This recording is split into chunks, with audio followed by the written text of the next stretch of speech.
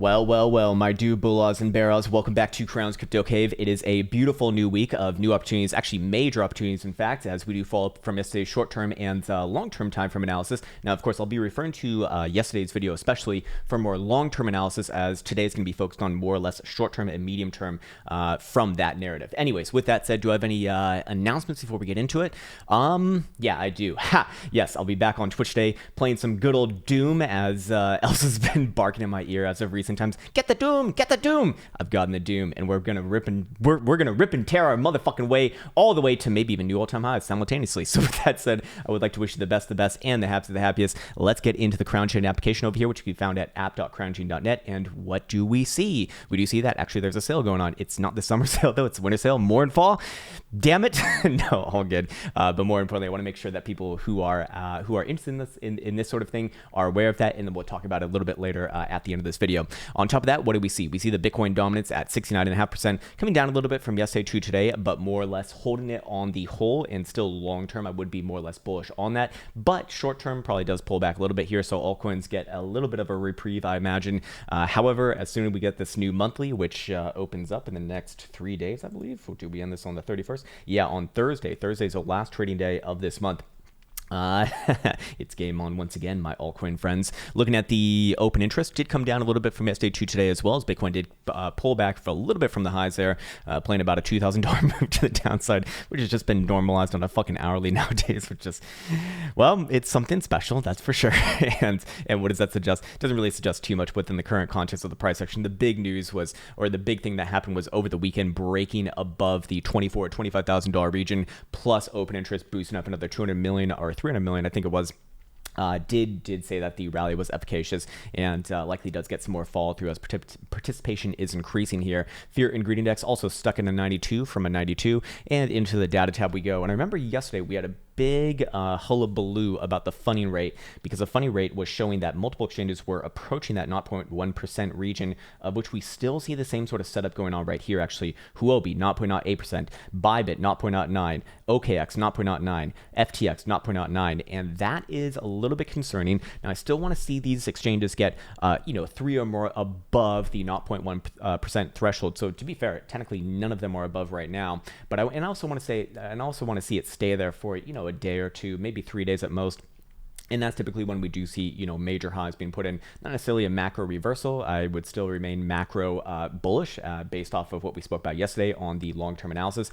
However, that would define likely a medium, maybe even long-term high, setting into perhaps even a daily reversal, still within the context of the general uptrend, but that is certainly very much possible, perhaps even this week. So with that said, let's go into the actual price action charts themselves and start off with our secondary charts today. Starting off with the weekly, obviously, as we did just get a new weekly closure last night at 7 p.m. Eastern time. And what condition was met? Well, we did close above the topside Toronto band once again. So that sets in the bias, at least for myself. Of course, this is not financial advice. I'm not a financial advisor, and blah, blah, blah, blah, blah, blah, blah, blah, blah, blah, blah, blah, blah, the magical blanket statement that just protects you from everything. But I would be looking for new all-time highs just based upon that fact. Now, does that mean that it happens exactly today or tomorrow? No, but there's no sort of bias on like exactly what day it happens, but likely this week or maybe even next week, I would be looking for Bitcoin to try towards new all-time highs above our current basically $28,400 high. And what's the next relevant region to the upside from that price point? Well, I believe we had something right below about $30,000 based off of yesterday, and also 35,000 above that, which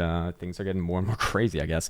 As it stands right now, though, I would be looking for Bitcoin to likely bounce off the topside Toronto band, of which we've already seen. So we did say coming into today coming into this next weekly open, which did again happen yesterday night at 7 p.m. Eastern time, that Bitcoin probably pulls back to the topside Toronto band, wherever that essentially lines up with, which you can see right now was right below that $26,000 region, and probably does bounce off that region. So this is the exact play that I'm talking about. So if you have been following over the last few days, setting up for this sort of play, this is typically how it plays out. This is typically what it looks like, and there you go, a $2,000 play, or basically a $2,000 play right in your fucking face. Not bad, not bad at all. Anyways, going over here to the 2-day, what do we see? We see the same sort of setup as well. So the 2-day obviously speaks towards a more proximal trend, being that it is a lower term time frame than a weekly, obviously. And I would be saying the same thing. Bitcoin is in trending motion. I am essentially bullish for a reapproach of the prior all-time high, and perhaps even new all-time highs as long as Bitcoin is closing the 2-day dildo above the topside Toronto band. Same sort of play available here as well, and that's so far so good. Looking at our momentum offsetters for this more long-term chart, what do we see? We do see that DMI plus is dominant. Obviously, ADX is still strengthening. Now, yes, this read is getting pretty extended here, to be fair, but can it go a little bit more? Yes, absolutely. Same thing on the weekly here as well. If we go back on over to it, in fact, actually the weekly is certainly extended, but there's no divergences here. So what this actually would imply from a weekly schedule is that Bitcoin likely does make new all-time highs on this run, and then I'd be looking for some sort of divergence plays on a weekly DMI, which we don't even really have. I'm sure that someone was going to point out all the way back on over here at 20,000 bucks. That was 3 years ago, and this is just it's on a weekly schedule. You have to realize that that's a little bit too far away to be judging divergences as it stands right now. I'd be looking for something more proximal to what we're doing right now, maybe over the next couple months, and that's going to likely get the next big pullback, which when Bitcoin's around 30,000 bucks, I suppose, could easily come to the tune of like $10,000. So all of the new blood in this market is likely going to get baptized in the same way that likely you and I've been baptized over the last decade or so. Anyways, as it stands, do we see anything on MACD weekly? No, not really. Still increasing. Histogram is getting extremely hot there.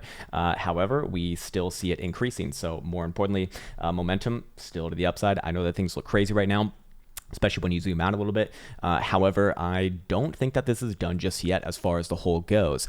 I know that sounds fucking crazy. I really know. I really understand that it truly does sound crazy. But hey, at the end of the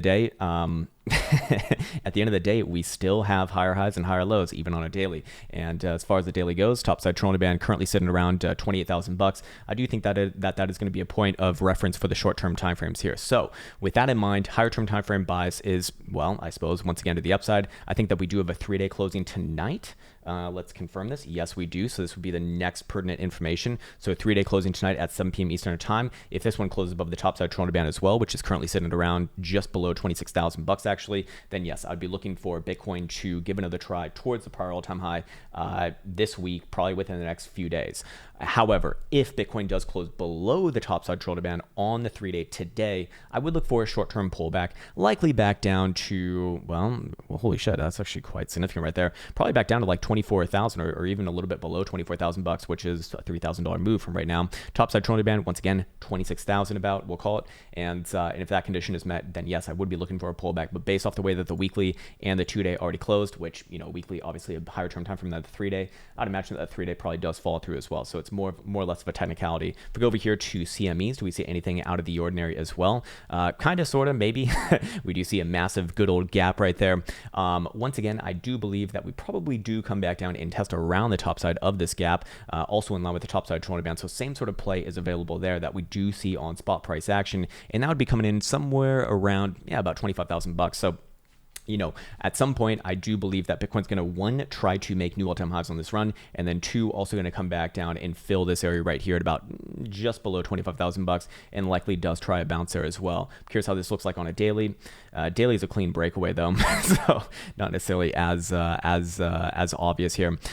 So what we'll do now is we'll actually go down to the lower term timeframes and see what's going on over here. So with that said, on the 4-hour for our regular charts, once again, Bitcoin getting stifled at the 3.618 retracement, or sorry, not retracement, obviously extension right here. So I know a lot of people, have their qualms with fib extensions, but this is why I do pay attention to them, because it does get a lot of algo activity. And as you can see, a little bit of distribution going on at the 3.618. And what are they buying? They're buying the three spot extension right here at about 25,700, which obviously was confluential with what we saw on the top side Toronto bands for the weekly, for the 2-day, coming into today's, or I guess yes, or last night's open. So all of these things work together, obviously, and the confluence here very, very good. And now we can actually even come up with a short-term time frame range, of which the short-term time frame range is rather fucking large. It's kind of crazy, but that would be basically the 3.618 to the upside at 27,600, we'll call it, versus the 3 spot down here at about 25,700. If one of those two areas does break, I would be looking for the next melt up or melt down. In this case right here, the next melt up move likely does bring Bitcoin at the very least to the 4-spot extension, but that's not really a relevant point actually. This one I very rarely see play. This one I do see play, the 4-spot 236, and that's all the way basically at around 30,000 bucks. So that's where I would be looking towards if Bitcoin does ultimately break out to the upside and to the downside. If we do break below 25,750, we'll call it right here, just raise it up a little bit so it's right in line with that, then I would look for a meltdown all the way, not to the 2-spot 618, but the 2-spot 414 actually, which is another almost $2,000 lower, just below, what is that number right there? There's too many numbers within that number, 23,900 actually. So quite the move right there. Almost $2,000 move it looks like, and potential for continuation more if that did happen. Now, of course, that would be the what's it called? What's the word that I'm looking for here? The pivot point that would initiate what at least what I would be looking for as a retest of the CME gap coming in from last Friday closure. So that would be right in line with that actually, 29 just below 24,000 bucks right here. So again, if that condition is met, this one right here, I would look for the gap to be filled and likely a bounce down around this level right here. However, as it stands right now, is that how it's kind of shaping up in the current moment? No, not really actually. If I'm looking at the lower term time frames right here, not even referencing the momentum oscillators, I mean, this looks like a rather healthy consolidation. Again, just delete all of the numbers on the left-hand side of your screen over here. They're just going to confuse you. They're just going to make you go into like crazy psychosis. And realistically, if you just looked at this straight up as far as far as structure goes, it's an uptrend. It's quite nice. It's quite healthy, and it looks pretty damn good. If I had to call it right now, I do think that Bitcoin tries for new highs. Let's look at momentum oscillators though, as I haven't really done that just yet. And what do we see? We do see 4-hour Stochs coming down a little bit aggressively there. Now keep in mind, we do have this trend line coming in from our last few lows coming in at early December. I guess I already have this trend line in here. Nice one. Early December, that was the 9th of December low. So that was all the way back down at around $18,000, getting this base right here, then connected with this low right here, right around the same area, about 18,000 bucks. And then Bitcoin off to the fucking races. The next time it actually tested that trend line was coming out of this base right here at about 22,600, and then once again right here before the actual breakout from 24 to, or so yeah, about 24,000 to where we are right now. About 23,500 was a test. So that is going to have another chance to likely come back down and test around this region, which is very, very interesting here, because this is also it would also imply a test around the edge of the bullish control region. And if you've been paying attention to the last few weeks or the last few months really of these videos, I've been harping on this point a lot recently, because it's something that I really struggled with when I first started trading and first started learning these indicators. And I feel like, just this is one of those things that I'd like to pass on to save a little bit of pain, a little bit of unnecessary pain. And when you're looking at Stokes and you're playing Stokes on a trending move like this, I strongly suggest, at least in my experience, I've found taking the contra trend signals are not a good idea. It's a great idea if you want to shish kebab yourself on a fucking red dildo, but in case you don't like getting popsicled by sexual toys, then I prefer, or I've found that if you take only the signals that are on the same side of the trend, those are typically the good ones. And as you can see, back testing this, well, we got the lows at 18,000 bucks right here. We got the lows at 23 and then 24, and then boom once again. So if Bitcoin does come back down and test around this area, anywhere around about 60 region, on 4-hour Stokes, I'd probably be looking for a little bit of upside activity right there. Now, if you see these two things happen simultaneously, where Bitcoin breaks above this level right here at our top side at the 3-spot 618 at 27,500, we'll call it, just because it's a little bit easier to say right there, although technically it's 600 and some odd change, then I would be looking for the 4-hour Stokes to curl back around as well. And guess what? Guess exactly where they would be doing such things. They would actually be doing such things according to our reverse Stoke right here.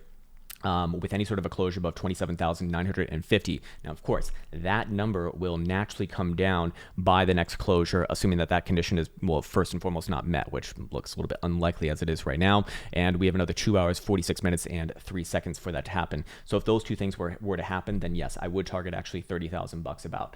I know it sounds fucking crazy, but we're in the twilight zone right now. We're in the fucking twilight zone, and enjoy it while it lasts. And for the new people here, I strongly recommend you reference my videos over the last couple of years. I am usually not this bullish. I'm usually not, or I wouldn't even say that. I like to be I like to be as fair and balanced as possible, like Fox News, but this is Well, this is anything but fair and balanced right now. It's just a fucking uptrend. Is what it is. So pretty, pretty damn impressive moves going on right here. So again, the range declares all, and we have a very nice and well-defined range as it is right now. So that's essentially how I'll be basing my trades off of. And let's go through all the other momentum oscillators and see if we can come up with any sort of a natural bias on the short-term time frames. 4-hour RSI actually does show us a little bit of downside right here. Now, long term, very constructive, as I've been saying for what seems like months now. However, short term actually would be pointed a little bit downwards there. 4-hour historical volatility percentile. This one's a little bit concerning as well, as it is expanding right now. However, I usually look for something like that to go into a bit of a contraction phase when it is going through a sideways consolidation like this on the highs. If you are going to see continuation. Right now, it's actually still expanding, so that suggests one of two things. Either suggests that we're putting a high right here, or Bitcoin's going to actually try for a new high like today or tomorrow. So fair enough. At the end of the day, the range still actually gets that price action, but that would be a little bit of an outlier right there, something to consider, which we'll actually have to reference CME soon enough as well. Looking at the 3-hour, what do we see right here? We do see 3-hour Stokes coming all the way down. Same sort of trade essentially available here as well. You can kind of draw a regression through here, although not as obvious, and it will be crossing back onto the upside above 27,650. Guess where that exactly is? That is exactly on the top side resolution of this structure, currently at the 3-spot 618 that we referenced earlier. So good confluence right there. Also coming in line with what we saw on, I believe, the daily Trollinger bands. Or maybe not the daily, but we'll go back to that a little bit later. 3-hour RSI, basically the same thing as the 4-hour. A little bit of downside, I'd imagine, on the short term. And same thing on HVP. See what the buy hourly says as well. And the buy hourly Stokes already coming all the way down. And what do we see right here? We actually do have a natural trend line coming in from this area. We'll draw it so it's pertinent to the 2-hour time frame. And yes, it will cross back onto the upside with any sort of a 2-hour total closure above 27,206 on this next one coming in 43 minutes and 25 seconds. Now that will change obviously on the one after that. However, as it stands right now, you can see that the lower term time frames are building on the higher term time frames. So if the 2-hour condition is met, then I look for the 3-hour to get met, then the 4-hour, and then that obviously does come along, implies a breakout to the upside from this region, thus targeting that $30,000 region, or technically speaking about $400 below that $30,000 region. But at that point it's like, what's a 500 differential, and you never know where the liquidation engine lands people anyway. So very difficult to kind of say to begin with. Also, should note that on buy hourly RSI, we actually do have some hidden bullish divergence present right here. Now you could say that that's that the easy move that's already played out, but there would be a second target on this all the way at about 27.8. Very interesting, as that does line up with a lot of other things as well, and that will naturally turn up 2-hour momentum oscillators as well at the same time if that were to play out. And we'll probably find out in the next 3 hours or so. So I want to see this one and then the next one after that. If that comes true, well, that would be another setup for an actual breakout to the upside. Once again, I know this sounds fucking crazy. I really do understand that it sounds crazy, but it is what it is, sir. It is what it is. What about the hourly? I think it shows the range actually a little bit better here. Funnily enough, hourly Stokes have actually been like the the same as the 10, 12, and 3 hours of of the past few years, where just blindly trading it for whatever reason has been rather successful as of recent times. It doesn't mean it's always going to be like that, obviously, but sometimes you just find a time frame that works, and the best thing is to abuse it until it doesn't work anymore. And it typically gets a few months of that activity, of which we've actually already seen about a couple months of the hourly being very, very, very, very, very good ever since, especially since like Bitcoin broke above the $12,000 region, to be fair. Anyways, as it stands right now, what do we see right here? Hourly RSI actually rather constructive. I would be looking for this one to trade a little more sideways here, so that does play into the consolidation narrative. What do we see on hourly Stokes? Nice and erect, and will remain to the upside as long as you're above 26,330, coming in the next closure at 41 minutes and 16 seconds. So likely does remain to the upside, and we are seeing historical volatility percentile increase, expand on all lower term timeframes. Here's your hourly, here's your buy hourly, here's your triple hourly, here's your 4 hourly, and that would suggest that if Bitcoin does want to melt up for like a full-on blow-off, it can do it from here. It can do it, and we are kind of in blow-off mode right now. I mean, this move is rather crazy, but just looking at the volume signature from this, you can see that the volume signature is indicating that there is decreasing participation within this rally as it is right now. It can still go on for a little bit more, of course, but as you do see this last pop, certainly a lot less than what we saw out of this prior base from $20,000.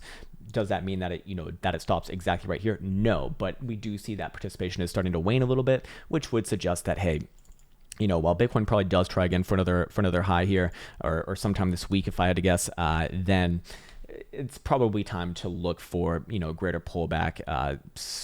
Probably somewhat soon in Q1 of 2021, as we are just a few days away. Actually, fuck, man, it really is relevant to talk about the monthly right now. Yeah, we do have to talk about a little bit of higher term time frame stuff. Now, of course, if you want the full on higher term time frame analysis, go to the video of yesterday, as that's going to be much more in depth. I want to be focusing this one much more on short term and medium term, but because this is really important right now, we should talk about this as well.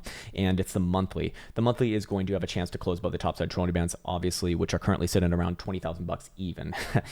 So I'd say it's rather likely. Now, we have seen crazier things in a $7,000 dump within the course of 3 days and 19 hours. But as it stands right now, looking pretty damn good right there. And more importantly, on top of that, we do see that ADX is just starting to strengthen, while the DMI Plus is very dominant right there. And the monthly MACD is actually making new highs on this whole signature, which would suggest that, well, we are entering into a new whole trending phase. And this signature right here with closing above the topside trailing band, I mean, that is a signature that you do see in the past during bull markets that typically continue onwards and upwards for quite some time.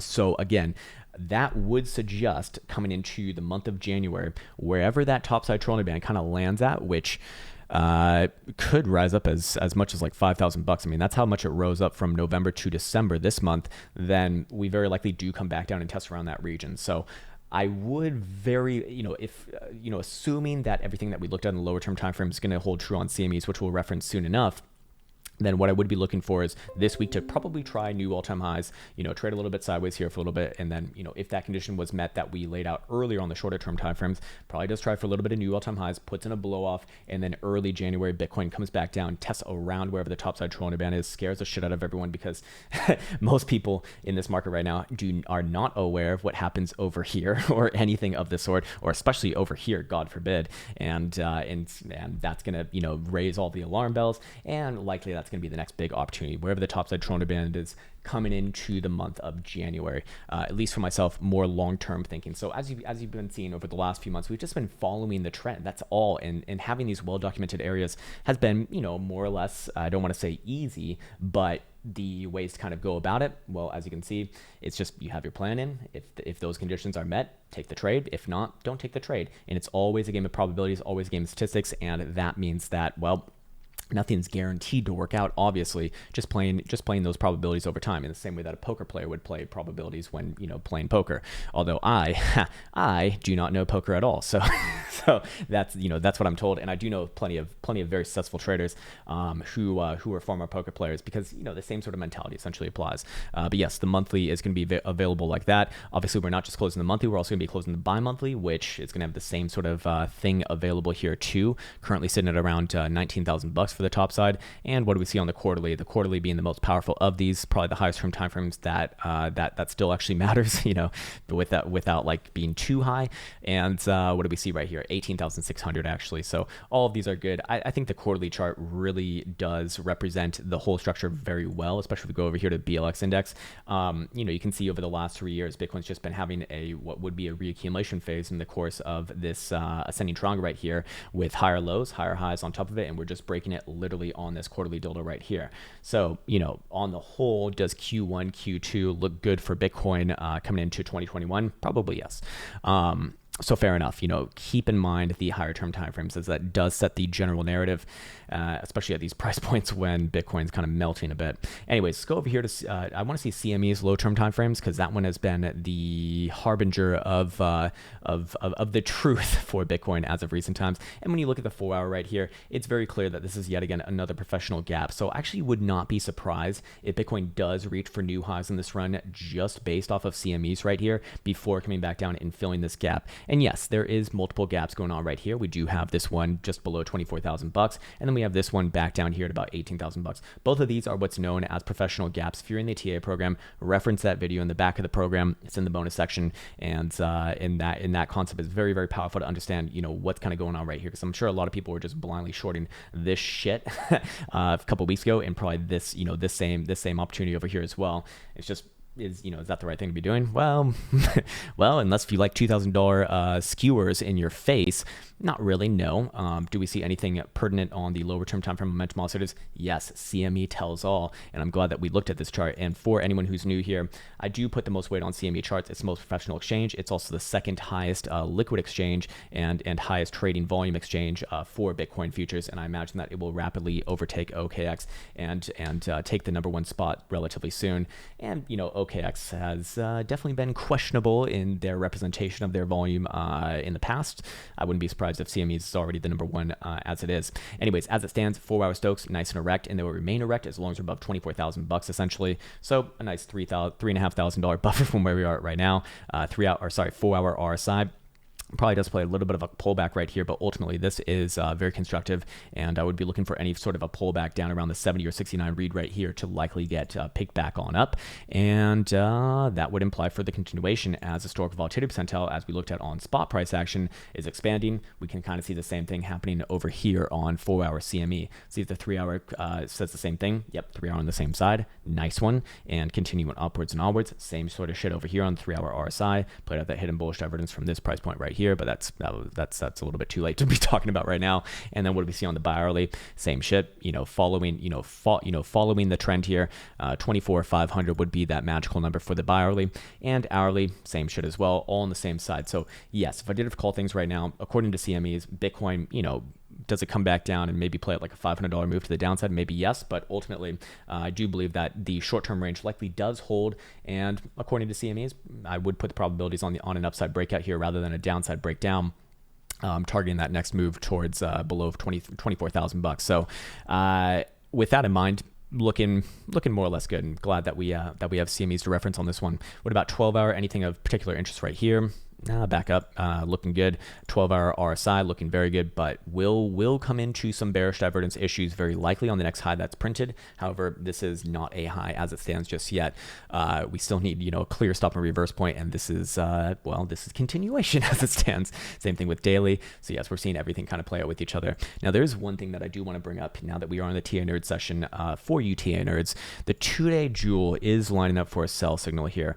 I am quite concerned about this. However, when they all have positive slopes like this, I do not play those. I want to see the white and the pink flatten out, and if they get a downward slope, then yes, Bitcoin probably does sell off this region, and we will see a move back down, maybe even around $20,000 base or $18,000 base, where that prior CME gap was.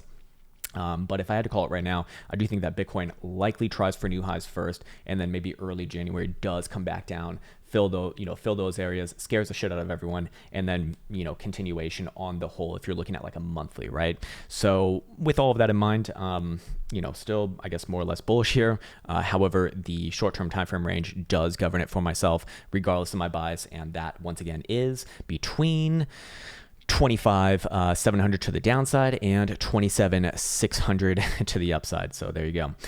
Now let's go over and check out traditional markets. I'm curious how they're doing, as we do see strong correlations between the two, of course, as everything trades against the US dollar. And what do you know, NASDAQ making new all-time highs, as we said, was likely coming into this week. I'd remain overall bullish on this one. And I mean, do we have new all-time highs now? Yeah, we do. No. We are actually $3 shy of it, but I'd still be looking for new all-time highs on this one. Long-term, we still have this target available based off of the prior consolidation from August to all the way in November, pointed towards 13,150 over here. So I still I'm still looking for that target to get hit. I still remain bullish on NASDAQ and Bitcoin have strong correlations with each other. Well, more so Bitcoin has strong correlation with NASDAQ. NASDAQ has kind of set the tone, but that is mostly due to the tech sector, and we don't have futures for tech sector right now, but they closed pretty damn well last week, so I'd imagine it's probably gonna be more upside as well.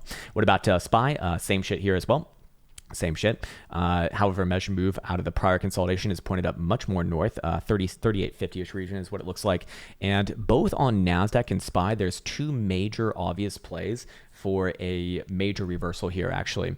So as long as this condition is not met, I remain bullish on short, medium, and long-term timeframes. And it's a very, very easy one. Do we take out last week's low or not? On SPY, it's just below 3,600. On NASDAQ, it is just below 12,450 it looks like. So if those conditions are met, then I would be looking for big reversals on these on these major indices, plus Bitcoin as well.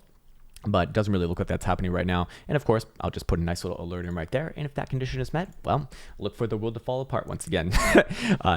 Maybe not fall apart, but at least, play out one of those nasty downside moves.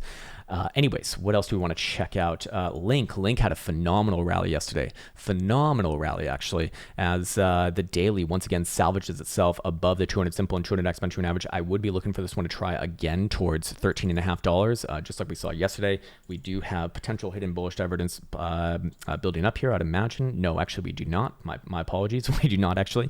But we do see expanding volatility as Bitcoin, or sorry, as not Bitcoin, but Link does turn momentum also just back onto the upside once again after a little bit of a drama right there. So to me, that typically does beget at least a short-term move to the upside. In this case, that would be $13.50 target, and the more long-term target or medium-term target would be $15.50.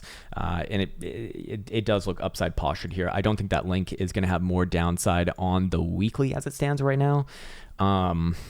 As far as long-term trend goes. Now, this is not to say that Link BTC doesn't get absolutely fucking boo-caked, but as most alts are, but the US dollar for most of, the US dollar pairing for most altcoins likely going to be following whatever Bitcoin does. So this one does look like it wants to have another try to the upside here.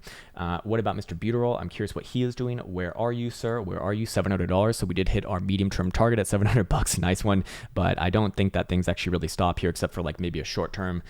Realistically, the next real target is $800, and it looks pretty fucking good here. Weekly is getting a little bit extended, however, can still go a fair bit more, and historic volatility percentile getting really, really low here. So I would be looking for probably a medium-term move over the next couple of weeks back up to about $800.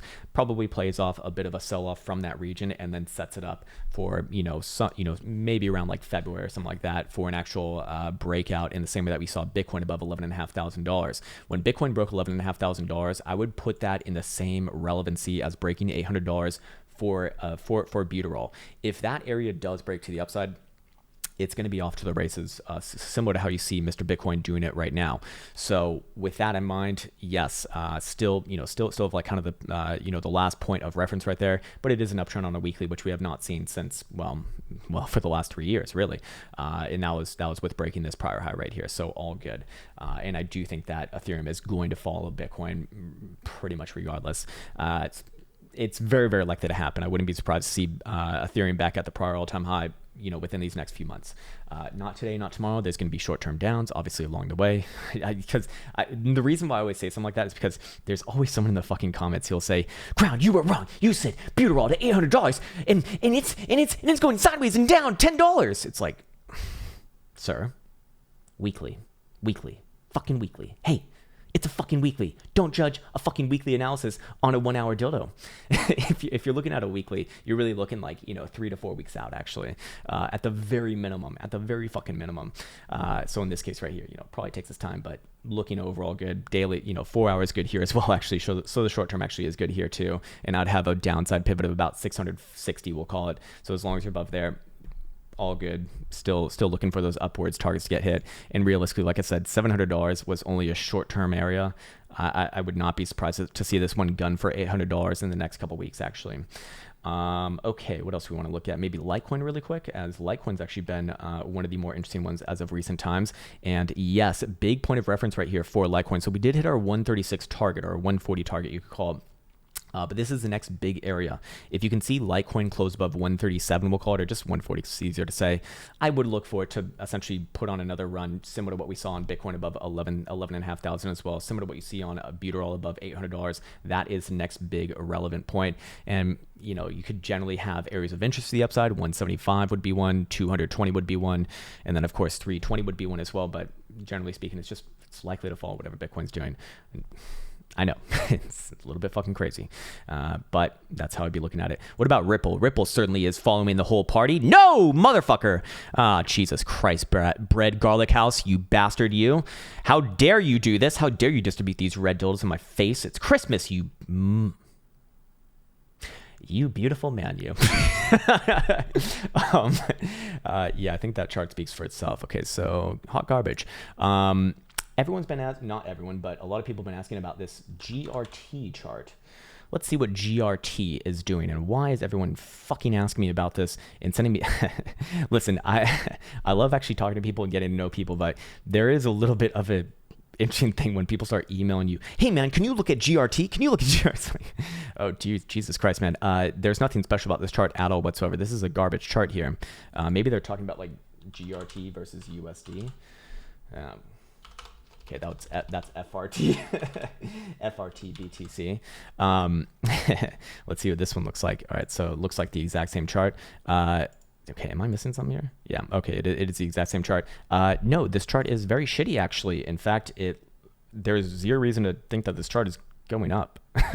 Oh, I'm sorry, it was GRT USD. Jesus Christ, no wonder I'm all over the place today. Probably goes up alongside Bitcoin, but the Bitcoin pairing likely goes down. There's nothing impressive about this chart. This is a fucking 4 hour. First off, there's not enough history to even really analyze something like this. And second off, have you heard of a pump and dump? Could I introduce you to my friend Mr. Pump and Mr. Dump? So yeah, fair enough right there. No, thank you. No fucking thank you. Let's see. There's something else that I wanted to reference here too. Yes, caretaker. Okay, so let's go back onto the 4 hour right here. Let's reference these ranges, and I want to see if it lines up with caretaker's STD.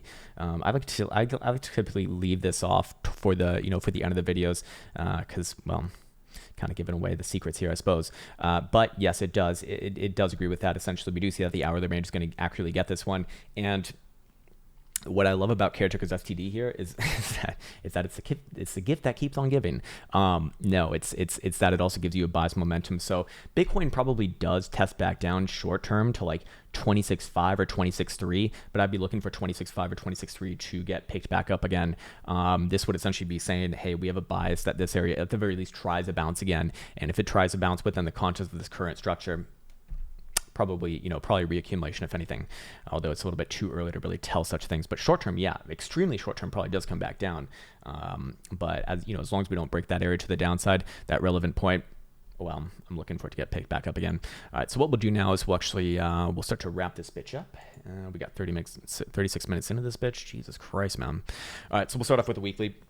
Let's wrap this bitch up. Weekly, Bitcoin closing above the top side 200 band once again. So that does sit in the bias that over the next week or two, Bitcoin does very likely try for new all-time highs. We already did see the pullback play that we spoke about yesterday to the $26,000 region, of which that did get picked up. So if you were looking for that, that already played out. Obviously, it only happens on the first pass, and that does sit in the bias for the next week or two to come. Also following up with the 2-day, same thing here as well. So I would be looking for Bitcoin to give another try towards the prior all-time high, and we'll talk about resolution points for that in just a second here. In the 3-day, obviously, it's going to be closing tonight at 7 p.m. Eastern time. Now, I think this is more or less a formality here, but if you do see the 3-day closure above the top side Toronto band, which is currently just below $26,000, then I would be looking for Bitcoin yet again to give another try to the all-time high and likely make a new all-time high. And we're going to talk about that or what to look for right now. So going down into the lower term timeframes right here, we do see that the range has now been set on a shorter term timeframes between the 3.618 Fibonacci extension right here and the 3-spot extension right here, basically between the 21 and our current high on the 4 hour.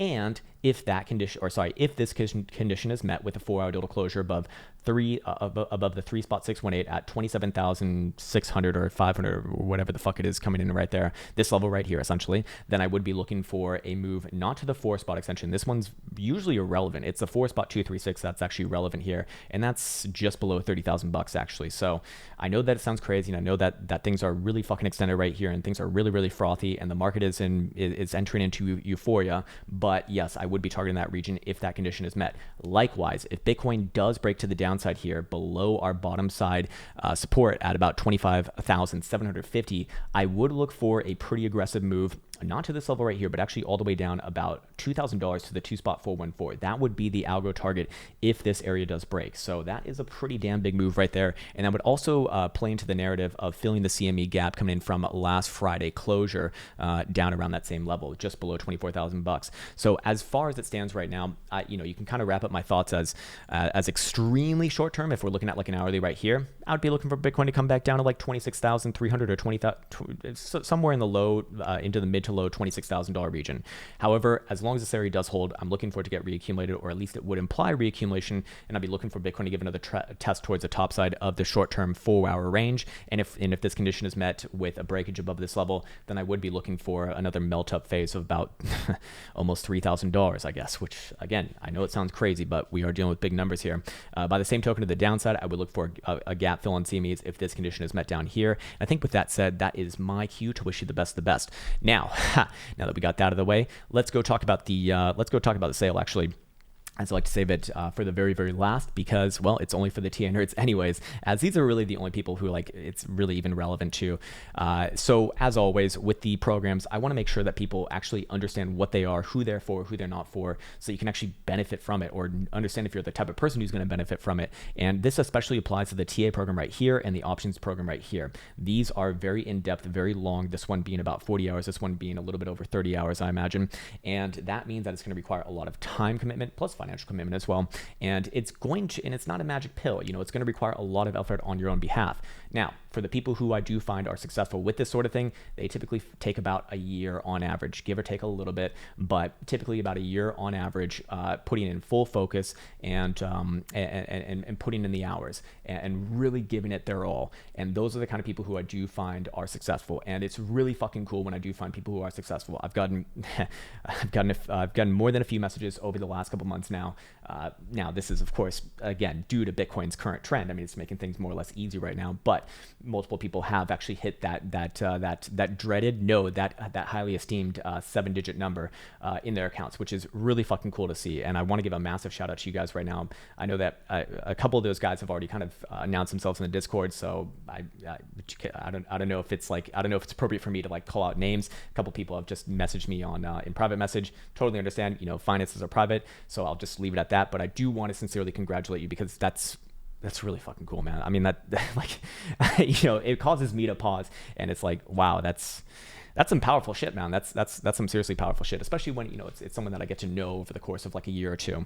I just love to see that, man. I fucking love to see that. Anyways, again, with these programs, a lot of work involved. Yes, you know, I do stand by them, obviously, but I do want to make sure that people understand that, you know, there's going to be a lot of work involved. The Neophytes Initiation is a much more basic program, more like 10 to 15 hours rather than, you know, the 40 hours right here. And this is better if you are kind of on the edge, you think you want to dip your toesy-woesies in, but you don't want to fully commit. This would be a good place to start. It will obviously give you discounts off the other programs as well, which will allow you to, it would essentially equate to the same price anyway. So there's no harm in going after that if you're unsure. And I don't want you to rush into these programs right here if you are unsure, because it's going to be a waste of your time. Anyways, PineScript Mastery is from Mr. Mournfall himself, the creator of the Jewel, who will teach you how to code your own indicators in PineScript, which is native to TradingView. Then we got our Partners tab over here, where you can find the Caretaker STC, which we were referencing earlier. Really like this one for scalping on short-term timeframes. That's mostly who it's for. Again, watch the videos that accompany them. It's gonna explain it right there. He's also got the RSI, which I've showed basically every video. Actually, phenomenally fucking useful, which is hilarious. I mean, it's an RSI divergence identification tool, which, you know, I've been looking at fucking RSI divs for years now, and I still miss them sometimes. And then this tool will tell me, and it's like, it's pretty cool. And I get to test all my ideas on it as well. Then we got Jackie over here with his group psychology mentoring program, which he will meet with you virtually and talk about your trades and walk you through things from a psychological standpoint. And he also has this video program here as well, which will obviously not include the virtual meetings, but will include, you know, the knowledge, so to speak. So with all of that said, I would like to wish you the best. Have a happy holiday season, no matter which holiday that you're celebrating. If it's just a regular Monday to you, happy Monday. And until next time, take care.